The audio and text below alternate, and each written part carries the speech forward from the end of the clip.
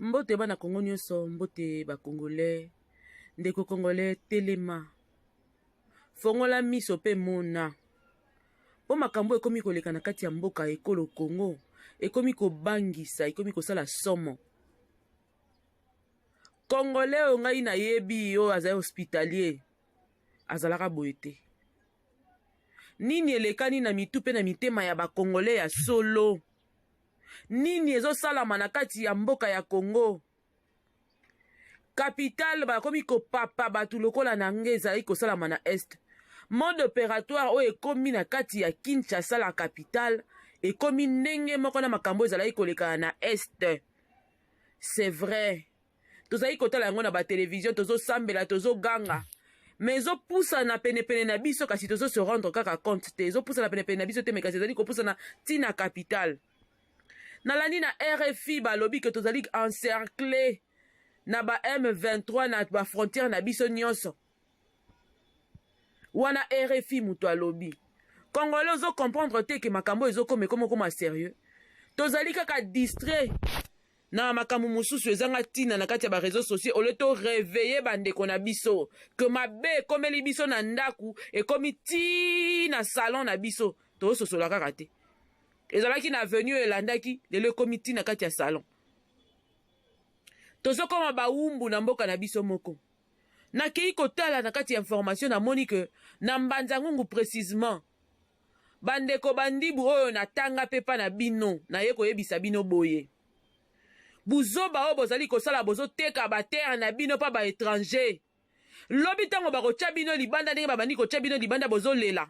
Bokelela wapi? Comment mutu ako koteka mabele na ye po azanga mboka? Otekeli yango mutu Congolais pete. Moke kotekela yango étranger lokola Indien, Pakistanais, Libanais et les autres. Pas sûr place yeme mabiso za mabe. Bozali ko remarquer te que ba mort ba opération ba kuluna bazalaki soki ba koti na ndaku ya mutu ba menace opesi mbongo batiki yo ou bien bazwi ba papio likolo to nini oyo bakomi ko sasa lokola bazo sasa ngombe. Bozo mona te ke ba enlèvement ekomi partout. Soki ba enlever mutu batika ka ye susu vivante ata bazwi eloko. Leloko te komi ata bazwi eloko te ba bomi yo. Ozana biloko tale belé. Lokola docteur Rolande bauti ko bomaye. Mode opératoire o ezolobela bino eloko te. Est-ce que ezali présence ya bata maboma o tozo kanga tongo midi poko na Congo te? Ba changer formule tellement to kangi bata maboma ebele ba changer formule mususu.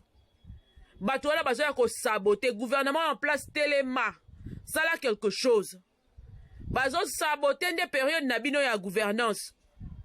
Ezobima que bozali ba incompétent.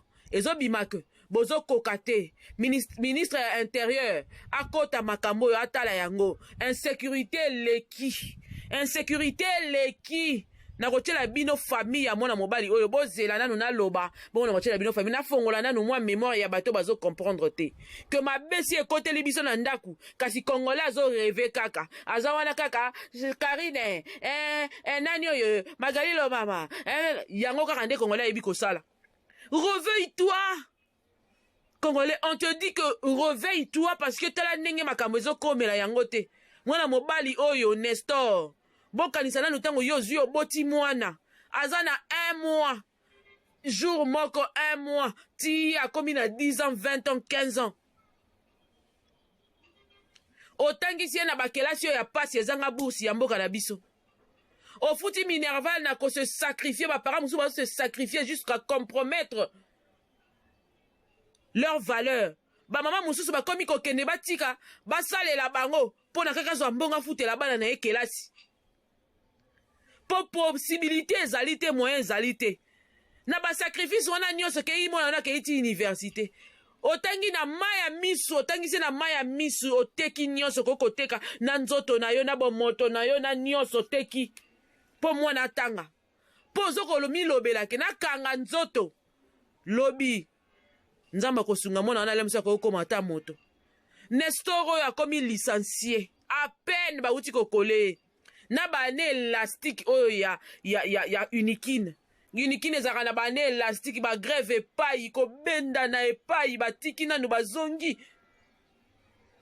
Nestor abundi ti yo asisi na droit kasi mabe ezwi na nzela te me na ndaku na bango mabe ezwi na nzela te me na ndako oyo azalaki sanse koyeba ko se protéger akoti na kati ya ndako no kanga porte bien akangi porte mabe elandi ye ntina kati ya ndako na bango bokoyoka ndenge mama azo explike bandeko mpe bana quartier ndenge bazo explike boye Nestor akutirani na liwa na ndako na bango bakulu na bakoti na ndako na bango alinga meka mwa koresiste bapapi ndenge bozomona bapapi mwana mobali loko eloko mosusu bapapi ye lokola eloko mosusu ndeko babolingo sosola Congolais tala yeba kotanga basigne oyo ezo entouré biso Congolais kalasa la ndeko na ye boye azwi wapi Congolais papa ndeko na ye Congolais lolenge oyo na ndenge nini mpona bawoleli nini Congolais azali hospitalier azolinga bato mosusu koleka bato mboka na ye moko liboma nini ekomeli na bakongolais batandu bakomi bandibu bakomi koteka mabele na bango ya mbanzangu mpo bato mosusu baya kofanda tokomi kokanga bato maboma kilikili baliwa mpe ekomi kilikili banini bakokotela biso na bandako ekomi kilikili ya kopapa kaka a l'occasion de papi bino esili eza makambo ebanda kosalama na este eye na Kinshasa eye na nzela nini eye na nzela baoyo nyonso bozomona suspect bakotikoti wana ce ne sont pas que de kuluna basusu baza bakuluna te bamisusu baza bawana mpo kuluna bandako ya kolela nzala azwi eloko akei soki bopesi ye akei me oyo ekomi okobika te soki okutani na bango okobika te bapapi yo opesa te bapapi ye mosusu batiki kutu na biloko yango bazozwa ta yango te Congolais elobela eloko te bunangana ezolobela bino eloko te RFI alobi ke tozali encercler na 4 coins na biso ya mboka ya ba frontière na 9 frontières na biso ya ba pays limitrophe bino elobela bino balabi ba militaire yango na kochela bino ndambu nango po boyoka ta ba militaire yango na kosala yango nini na pokwa ba militaire yango bazali kolata ba tenue ya tantôt ya FARDC tantôt ya Rwanda Congolais la musa bandeko il est temps que mutu nyonso aza na YouTube au moins asalaka émission moko mpo na mboka bamusicien kaka te nde fo bayeba kosensibilize biso mpe bachroniqueur fo te bakosensibilize tozoka information ya mboka ata mbala moko to 2 fois na semaine mpo na kosensibilize baoyo batalamaka mingi bozwa ata mbala moko bosensibilize eza kaka musicien te bacombattant eza kaka musicien te biso nyonso fo totelema tolobela mboka biso nyonso fo totelema na voix nyonso possible toyeba kolobela bagénocide baliwa ezokota banini oyo comment on appelle ça injustice oyo tozali kosubir natika bino nanu bolana nanu famille ya mwana mobali oyo ndenge nini ezali na pasi ezali kolela boyoka na matoi na bino nini elekani mpo na Nestor ayeba kokufa nde nsima nango toya kokutana ezali makila ya nyama na abattoir te kasi ya Nestor Mastaki Makalu oyo bakulu na babomi na butu ya mardi kobima mercredi 12 octobre 2022 na balabala Bandundu na Mokali na commune ya Kimbanseke.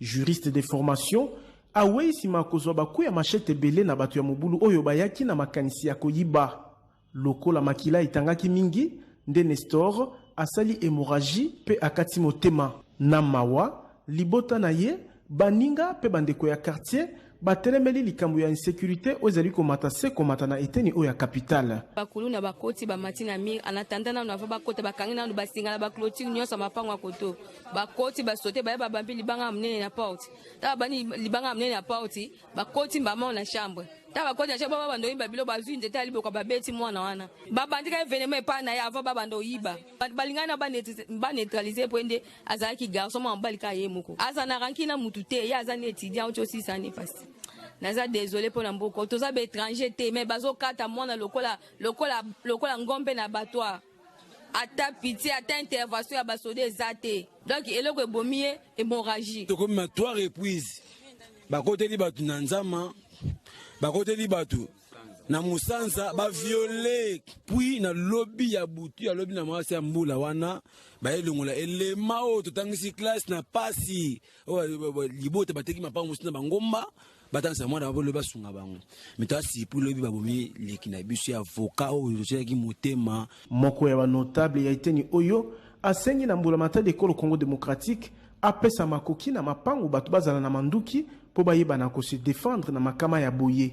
La proposition que je pense encore, c'est de donner aux évolués bateau ba notabilité minduki faut to somba minduki to zala ka ba revolver ça y a pas de problème comme aux États-Unis. Bakuluna oyo basali opération kilo na suka na kimia kozanga intervention ya police na koyoka bandeko ya quartier ata agent de l'ordre mokote amonisi elongine sika likama pasipe mawa tolobi Timoko Yuka. Congolais zonga mutu.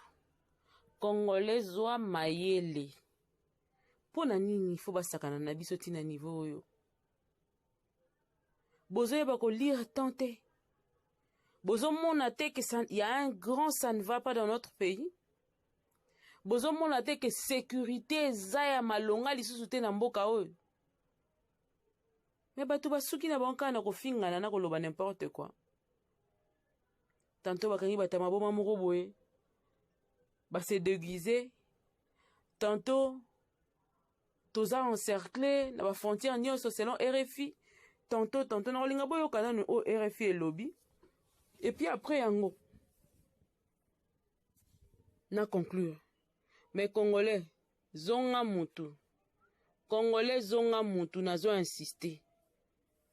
To mesana nga na bizaleli oyo te na Kinshasa ba papa mutu ba papa eloko mususu te nga na yebi on kati ya Kinshasa te eza carrément biloko bande osalama na intérieur na est kuna oboyebi ba sabotage oyo bande osalama wana yango nde ezongi susu na Kinshasa yango nde yeyi biso na Kinshasa bande kuna ngai to fongola misu to sosola tant que tokozua toko mise en charge te toko sila bo sosola tantôt ba mona ki ba rebelle moko kotoyo tantôt ba mona ki ba tumoko en tennis militaire bazo tambola quelque part et puis na butu ni nezo mema insécurité ozo ka Congolais zo kata ndeko na Congolais po asali eloko te bo monango ezolo bela bino eloko te liwa ya mona mobali oyo manière abo mameli bo ezolo bela bino eloko te ezolo bela bino eloko te. Nestor, que ton âme repose en paix. Nazo kanisa susu bane élastique oyo ezalaka na kati ya unikin mwana atangi na bapasi nyonso somba syllabus ngana na mwana na université somba syllabus mabe kotisa papier mabe pesa mbongo ya nini mabe pasi na motema parent peut-être le bien c'est bon to bunda sko mwana luka musala malunga ata zui lelo te papier azui wana lobi apesa biso esengo tala kote mwana suki boyo kanano confirmation ya présence ya ba rebelle na 4 coins na ba coins nyonso 9 coins frontière ya mboka na biso boyoka. 23 en Centrafrique, la question est posée, des rumeurs circulent depuis plusieurs mois, certains évoquent une stratégie d'encerclement de la RDC, on vous explique tout dans un instant. La CEDEAO, Burkina Faso, Centrafrique, si oui, ont-ils pour objectif d'intervenir en République démocratique du Congo? La rumeur concernant la présence de ces miliciens circule depuis plusieurs mois dans le pays. Elle prospère sur la crise entre Kinshasa et Kigali et sur la forte implication et présence militaire rwandaise en Centrafrique. L'opposant et ancien président de transition Alexandre Ferdinand Ngende appelle à faire toute la lumière à ce sujet. Il a écrit au président de l'Assemblée nationale, Simplice Mathieu Sarandji, pour lui demander la mise en place d'une commission d'enquête parlementaire ainsi que le recours à l'expertise des Nations Unies et des organisations sous-régionales. Le gouvernement centrafricain dénonce lui des élucubrations visant à saper la relation avec Kinshasa. François Mazet. Pour Alexandre Ferdinand Ngende, des miliciens du M23 stationnent dans plusieurs régions frontalières sous uniforme rwandais dans le but de menacer le pays voisin. Ils ne sont pas dans le contingent officiel envoyé par le Rwanda ici, ils sont dans une autre dynamique. Ils n'interviennent pas sur les théâtres d'opération les groupes. Voilà, cheka ndambwa, boyoki.